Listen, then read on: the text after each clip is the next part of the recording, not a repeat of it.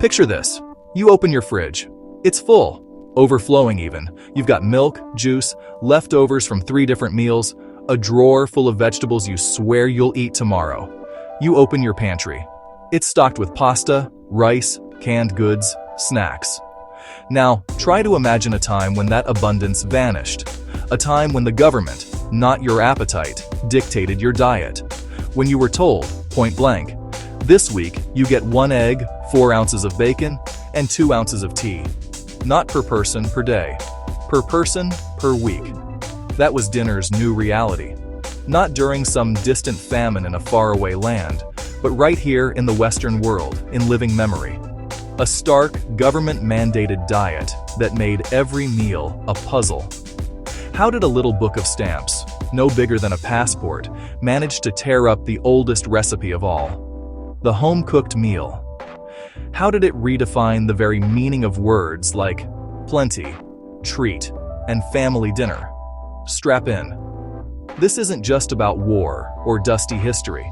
It's about the quiet, seismic revolution that happened right at your grandmother's kitchen table.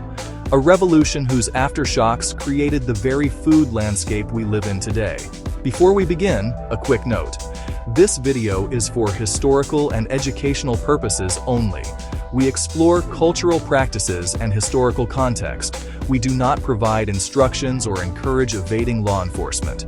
We're simply looking back to understand how our world changed. Hello everyone. If you remember the sound of a radio crackling with war news or the feel of a heavy ceramic mixing bowl in your hands, this story is, in many ways, yours. For the rest of us, it's a glimpse into a world of resilience and ingenuity that's almost impossible to fathom.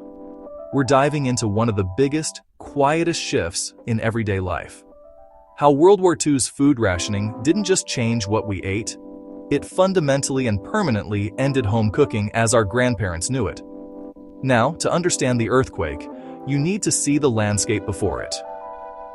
Pre-war home cooking wasn't a hobby, a lifestyle choice, or something you watched on a screen. It was a survival skill, a daily rhythm of labor and love.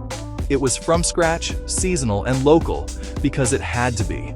There was no global supply chain air freighting strawberries in December, no freezer brimming with pizza bites. My own granddad used to joke that the only thing instant in his mother's kitchen was her temper, if you tracked mud on the floor. Meals were built around what you could grow in the garden, what the butcher had that day, what was cheap and plentiful at the market. Recipes were passed down like heirlooms, stained with butter and experience, often existing only in the cook's head, a complex dance of a bit of this and a pinch of that. This was a world of lard, of full-fat milk, of Sunday roasts that lasted 10 days in various forms. It was a world of intuition, not instruction. Then, the storm clouds of war gathered over Europe and the Pacific. And governments, learning the hard lessons of the First World War, knew this would be a war not just of soldiers, but of supply lines, of logistics, of the home front. You can't fuel an army, feed a civilian workforce, and keep morale high if the kitchen cupboard is bare.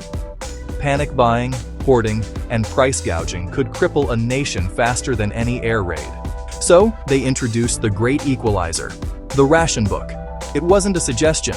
It wasn't a polite request. It was the law, enforced with the full weight of the state. In places like Britain, starting in 1940, and later in the United States, these little books became more precious than cash. Suddenly, money alone couldn't buy you dinner. You needed the right stamps, the right points, for the right week. Butter, sugar, bacon, meat, cheese, tea, jam, canned goods, even dried eggs. Every morsel was accounted for. The system was a brilliant, if brutal, engine of fair shares. In the US, it was a complex system of different colored stamps and points. Blue points for processed foods, red points for meats and fats. In Britain, it was a more direct weekly allowance. The goal was threefold: to prevent hoarding and ensure everyone got a baseline, to control inflation, and most importantly, to divert vast quantities of food to the troops and to allies like Britain, who were under siege. Overnight, the kitchen transformed from a place of creation to a center of logistical calculation. The home cook, almost always a woman, became the family's quartermaster. What's for dinner became a complex math problem. I have 16 red points left for the month. A pound of steak is 8 points, but a pound of hamburger is only 5. If I get the hamburger, we can have meat twice. Do we use our bacon points this week or save them for a special occasion? Can we stretch this meatloaf with breadcrumbs or maybe even sawdust as some rumored? How much of our sugar ration is left for Dad's tea? It was a constant draining mental exercise. Home cooks became alchemists, trying to turn a handful of limited, often uninspiring ingredients into something that tasted like normalcy, like home, like peace. And then came the substitutions. Oh, the substitutions. This was the dawn of food science as a home experience, and it wasn't always pretty. When butter, the soul of so much traditional cooking, vanished, a mysterious waxy substance called oleomargarine appeared.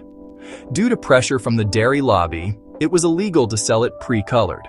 So it came as a ghostly white block, accompanied by a little capsule of yellow dye. The homemaker then had the joyous task of kneading this color into the fat for hours to make it look remotely edible. Tasted like, well, an old-timer once told me it tasted like regret and vegetable oil. But you used it. You were grateful for it. It was fat. It was calories. And it was what you had. Sugar was like gold, a rationed luxury that disappeared with alarming speed. The national sweet tooth had to be retrained. For sweetness, people turned to corn syrup, or the dark, strong flavor of molasses. Saccharin, a chemical sweetener, became a pantry staple for the first time. The concept of dessert shrunk from multi-layered pies and frosted cakes to maybe a lightly sweetened bread pudding or a baked apple.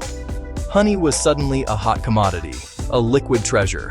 I've heard stories of people in suburban neighborhoods suddenly taking up beekeeping, not for a hobby, but as a secret, strategic reserve of sweetness, a clandestine operation buzzing away in the backyard.